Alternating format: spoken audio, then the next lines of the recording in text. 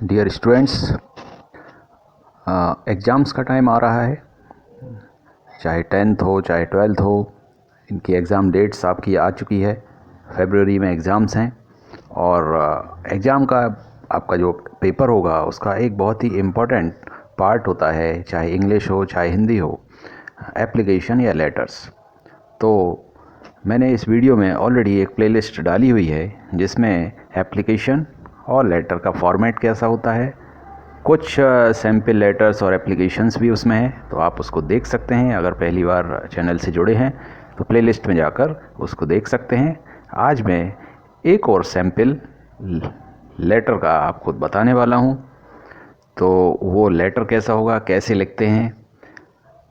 Topic अगर लेते हैं कि डाक द्वारा मंगाए गए सामान की घटिया क्वालिटी की शिकायत हेतु पत्र। तो जैसे आजकल ऑनलाइन शॉपिंग का चलन है, ऑनलाइन हम कुछ मंगा लेते हैं।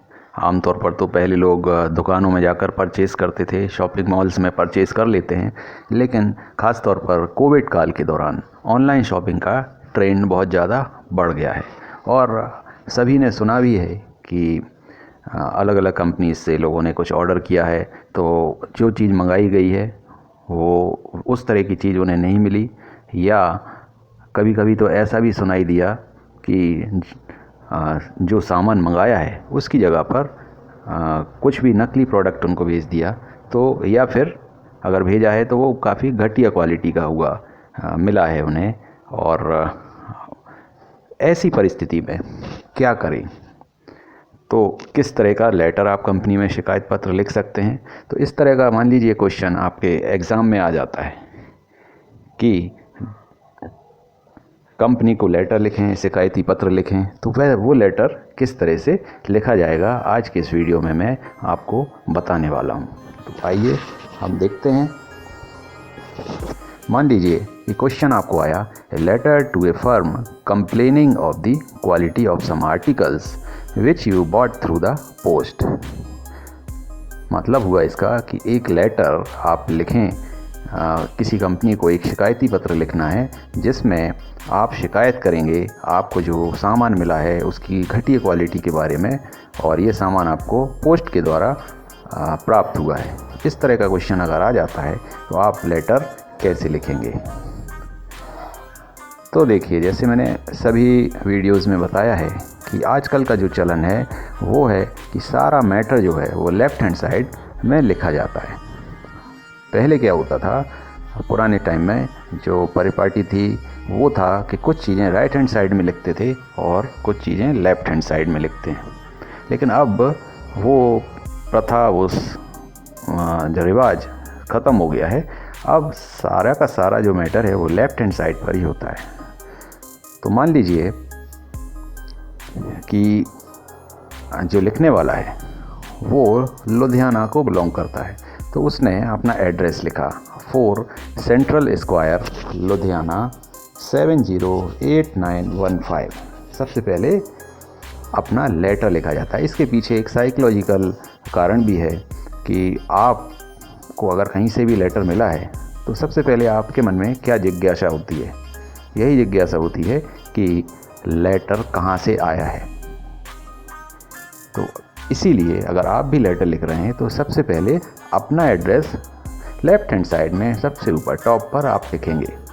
इसके बाद जो जिज्ञासा होती है, साइकोलॉजिकल जो एक क्यूरियोसिटी होती है, वो होती है कि लेटर कब लिखा गया। तो एड्रेस के बाद आप तारीख लिखेंगे, डेट लिख देंगे 24 अप्रैल 2014। और इसके बाद आता है कि आप कंपनी को आप लिख रहे हैं तो उस कंपनी के बारे में आप लिखेंगे, measures Sharma watch company Patiala 801543। Company का नाम, एड्रेस और पिन कोड डाल दिया। इसके बाद सब्जेक्ट आता है, विषय complaint of a poor quality wrist watch. तो जो रिस्ट वॉच इन्होंने मंगाई थी तो उसकी जो घटिया क्वालिटी है उसके बारे में शिकायत। फिर लिखेंगे मैटर, डियर सर।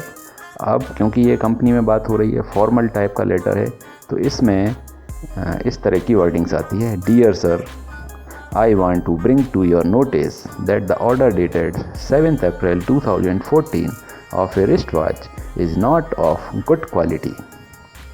इसका मतलब हुआ कि ये आपके संज्ञान में लाना चाहता हूँ कि जो ऑर्डर आपने भेजा था 7 अप्रैल 2014 को, जिसमें कि रिस्ट वॉच थी, वो अच्छी क्वालिटी की नहीं थी। It was a Timex quartz watch. और जो घड़ी थी, रिस्ट वॉच थी, वो किस कंपनी की थी? Timex quartz. मॉडल नंबर लिख दिया, model number 81B763901A4, price at ₹7899। तो उसकी कीमत लिख दी, मॉडल नंबर हो गया। On receiving the watch we observe the damage step. जब हमने वो वॉच प्राप्त की तो हमने उसमें टूट फूट देखी, जो स्ट्रैप था वो डैमेज था। इट वॉज बैडली पैक्ड, जो पैकिंग थी वो भी ख़राब थी। And the glass of the dial was broken, और जो घड़ी का डायल था उसका जो कांच होता है वो टूटा हुआ था। With this the wrist watch stands unusable, और इसकी वजह से जो रिस्ट वॉच मिली है वो अनुपयोगी हो गई। I am sending the parcel containing the wrist watch back. मैं आपको रिस्ट वॉच के साथ वो पार्सल वापस भेज रहा हूँ।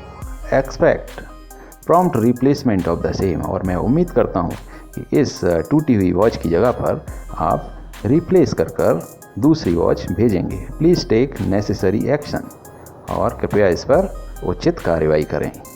लास्ट में क्या आएगा? थैंकिंग यू, धन्यवाद ज़रूर देना है, क्योंकि ये फॉर्मल लेटर है। Yours faithfully BS परहार।